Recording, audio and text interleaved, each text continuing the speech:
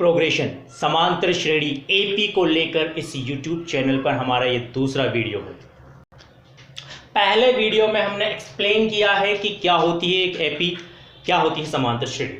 तो हम आज फिर से आपको याद दिलाते हैं कि समांतर श्रेणी एक संख्याओं का अनुक्रम है, एक संख्याओं का ऐसा अनुक्रम है जिसमें आपके पास कोई एक पहला पद होता है, पहली टर्म होती है और उसी पहली टर्म में एक फिक्स्ड नंबर अगर हम जोड़ते जाएं बार बार तो हमें second, third, fourth, fifth term इस तरह से मिलती जाती है। अगर उसी रूप को देखें तो आज हम बात करने वाले हैं यहाँ पर एपी की जनरल फॉर्म की, सामान्य रूप की। तो मान लीजिए आपका पहला पद है ए, जैसा कि पहले पद को परंपरानुसार हम यहाँ पर ए से निरूपित करते हैं। कुछ जो आप हायर क्लासेस की बुक्स पढ़ेंगे तो वहाँ आप इसको T1, T2, T3 इस प्रकार से आप उसको देखेंगे। तो आपके एनसीईआरटी बुक के अनुसार हम पहले पद को ए से निरूपित करते हैं और जो आपका कॉमन डिफरेंस होता है यानी कि वो फिक्स्ड नंबर जिसको जोड़ते जाने से, जिसको ऐड करते जाने से हमें आगे की टर्म्स मिलती है, वो आपकी होती है डी। तो आप देखिए पहली टर्म है ए और दूसरी टर्म के लिए हम क्या करेंगे, इसमें आपका जो कॉमन डिफरेंस होगा उसे हम ऐड करेंगे a प्लस डी।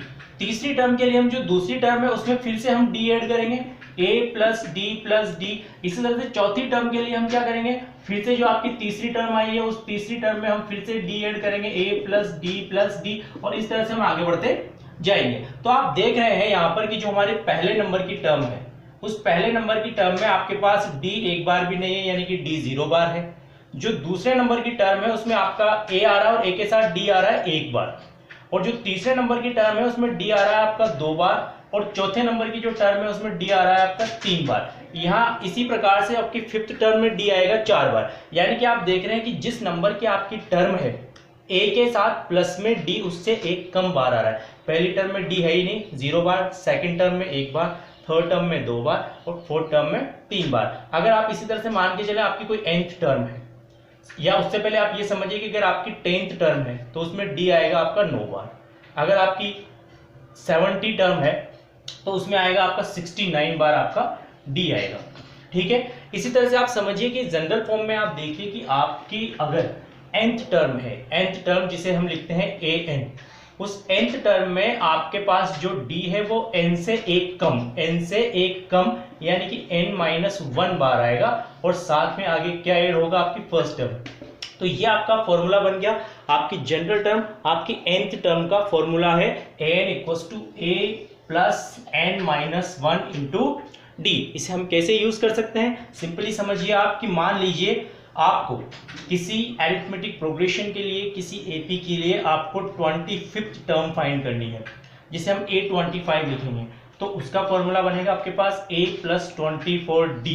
और अगर आपको फर्स्ट टर्म की और कॉमन डिफरेंस की जानकारी है तो आप ये टर्म फाइंड कर सकते हैं। इसी तरह से मान लीजिए कि आपको किसी एपी की 100th नंबर की आपको टर्म फाइंड करनी है तो आप क्या करेंगे, उसको a100 लिखेंगे और उसका फॉर्मूला होगा a + 99d। इस तरह से आप कोई भी टर्म फाइंड कर सकते हैं।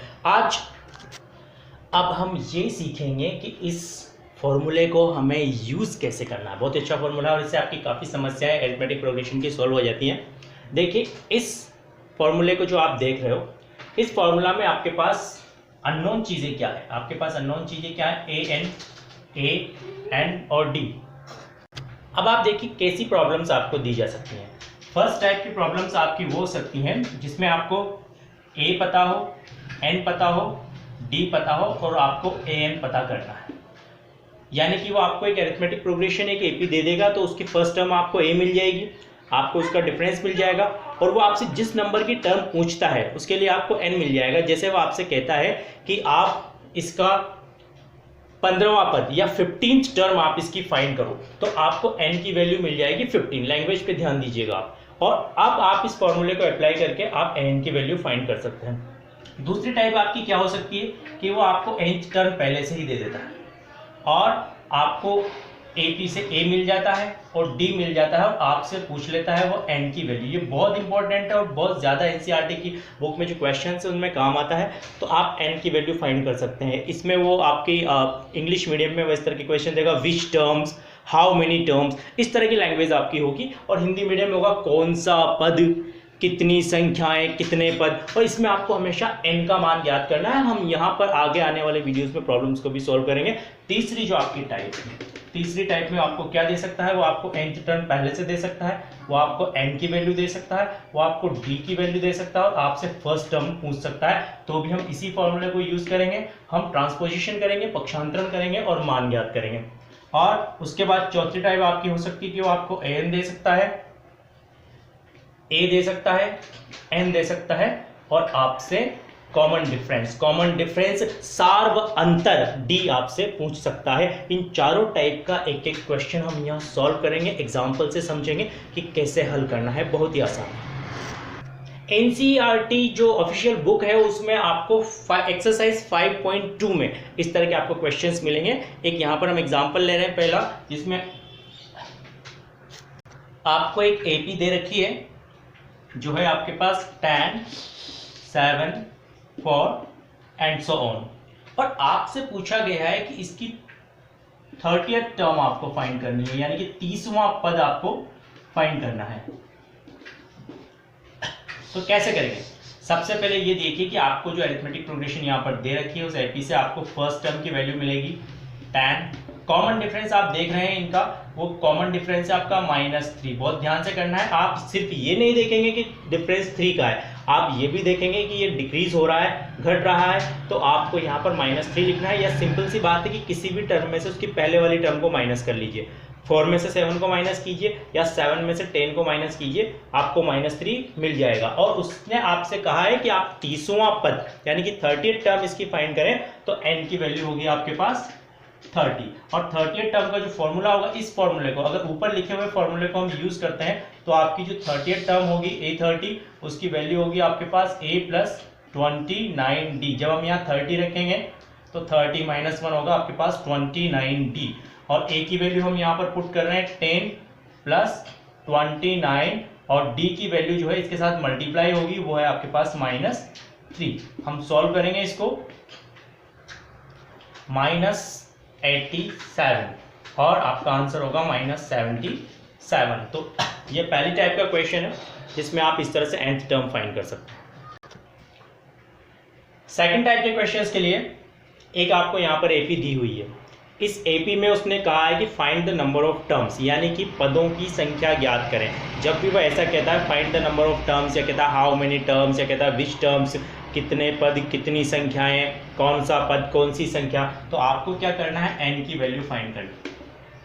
और इस एपी से आपको जो फर्स्ट टर्म है आपकी वो मिलेगी आपको 7, और डिफरेंस जो आप निकालेंगे 13 में से 7 को माइनस करके, 13 में से 7 को माइनस करके डिफरेंस निकालेंगे, वो डिफरेंस होगा आपका 6। यहाँ पर ध्यान दीजिए, अगर उसने इस तरह से डॉट डॉट लगाने के बाद पीछे यहाँ पर लिखा हुआ है 205th टर्म, तो n की वैल्यू 205 होगी, लेकिन उसने सिर्फ और सिर्फ आपके पास लिखा है 205, तो ये आपके पास जो है लास्ट टर्म है। और अगर इसमें n टर्म्स आप मान के चलते हैं तो ये n नंबर की आपकी टर्म्स होगी, जिसे हम बोलेंगे an। तो इस कंडीशन में आपकी an की जो वैल्यू है, an की आपके पास वैल्यू है 205। अब देखिए कैसे हल करेंगे हम, कैसे हल करेंगे, यही फॉर्मूला हम यूज करने वाले हैं, यही फॉर्मूला हम यूज करने वाले हैं। आपके पास a + n - 1 d = an। इस बार मैंने an आपको पहले से दिया हुआ है, तो an उस तरफ लिखा है आपका, ठीक है। फॉर्मूले को हम रिवर्स ऑर्डर में लिखते हैं। रिवर्स ऑर्डर में लिखने के बाद हम यहाँ पर जो वैल्यूज आपके पास है, आपको मिल गई है, आपने निकाल ली है, वो आप यहाँ पर पुट करेंगे। पुट करने के बाद आप यहाँ पर देखेंगे, सबसे पहले a की वैल्यू आपके पास 7 प्लस n आपको पता नहीं है n - 1, d की वैल्यू आपके पास 6 जो इससे मल्टीप्लाई होने वाली है, और n की वैल्यू है 205। अब आप क्या करेंगे, सिंपली जैसे हम एक इक्वेशन को सॉल्व करते हैं, 7 + 6n - 6 = 205। आगे हम इसको सॉल्व करेंगे तो 6n आपको क्या मिलेगा, 205 - 7 + 6, तो आपके पास यहाँ पर 6n की जो वैल्यू होगी वो होगी आपके पास 204। और जब आप इसे सॉल्व करेंगे आप आगे, तो n की वैल्यू होगी आपके पास 204 / 6, और इसे सॉल्व करने के बाद आपको आपकी वैल्यू मिलेगी 34, यानी कि n की वैल्यू मिलेगी 34, यानी कि इस अरिथमेटिक प्रोग्रेशन में जो आपको दिया हुआ है इसमें 34 टर्म्स हैं। ये हमारा सेकंड टाइप का क्वेश्चन हो गया। अब हम थर्ड टाइप के क्वेश्चन की तरफ चलते हैं। एक क्वेश्चन है जिसमें आपको फर्स्ट टर्म की वैल्यू a की वैल्यू दी है -18, n की वैल्यू दी है 10 और nth टर्म की जो an की वैल्यू 0 है और आपको कॉमन डिफरेंस d फाइंड करना है। सेम यही फॉर्मूला हम यहाँ पर अप्लाई करते हैं, तो क्या लिखेंगे हम a plus n minus 1 d equals to an अगर हमें पहले से दिया है तो मैं फॉर्मूले को क्या कर रहा हूँ, रिवर्स ऑर्डर में लिख रहा हूँ, यानी कि हम an को उस साइड पे लिख रहे हैं। जो वैल्यूज आपके पास है उन्हें पुट कर दीजिए। सिंपली a की वैल्यू हम -18 यहाँ पर पुट करते हैं, प्लस n की वैल्यू हम 10 पुट करते हैं और उसके बाद आपके पास -1 d हमारे पास नहीं है जो हमें फाइंड करना है और an की वैल्यू हम यहाँ पर लिख रहे हैं 0। कैसे सोल्व करेंगे? सबसे पहले आपके पास ये होगा -18 प्लस 9d इक्वल्स टू 0। अब सिंपल एक इक्वेशन है जैसा आप काफ़ी टाइम से करते हुए आ रहे हैं, 6, 7, 8 में आपने इस तरह की इक्वेशन सॉल्व की है।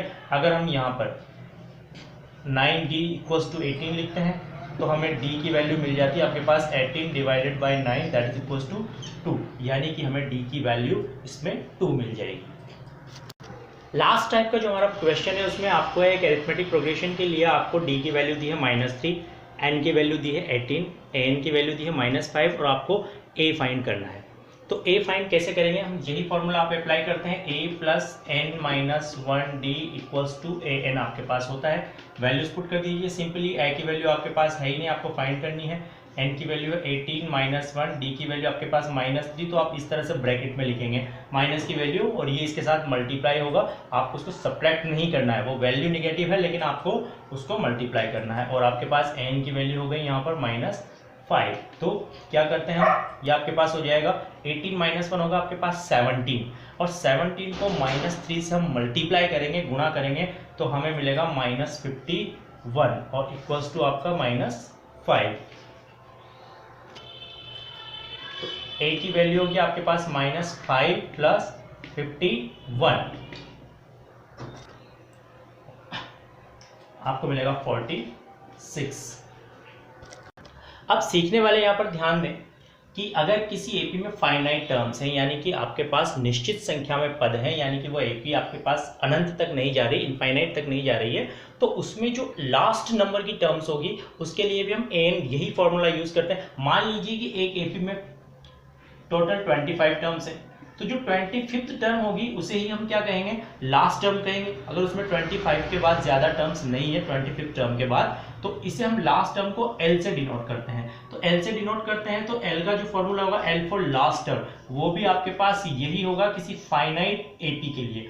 फाइनाइट एपी के लिए जो लास्ट टर्म होगी, अगर उसमें n टर्म्स हैं, आपसे कहा जाता है कि उस एपी में n टर्म्स हैं, तो उसकी लास्ट टर्म का जो फॉर्मूला होगा a plus n minus 1d, वो भी यही होगा। और हमारे आगे आने वाले वीडियोस में हम आपको एनसीईआरटी बुक की जो एक्सरसाइज 5.2 है उसके खास क्वेश्चन जो है वो आपको अच्छी तरह से समझा के सॉल्व करके दिखाएंगे। उस वीडियो को आप देखिए, समझिए और सीखते रहिए, क्योंकि बहुत ही इंपॉर्टेंट चैप्टर है। क्लास 11th में अगर आप मैथमेटिक्स चूज करते हैं तो वहां भी आपके पास अरिथमेटिक प्रोग्रेशन साथ में ज्योमेट्रिक प्रोग्रेशन भी आएगी। ये चैप्टर आने वाला है और आगे जाके आप एंट्रेंस एग्जाम देते हैं इंजीनियरिंग के लिए, तो उसमें आपके पास प्रोग्रेशंस वहां पर आपके सिलेबस में है, तो आपको बहुत अच्छी तरीके से समझना है। बहुत ही शानदार चैप्टर है, सीखते रहिए, बढ़ते रहिए।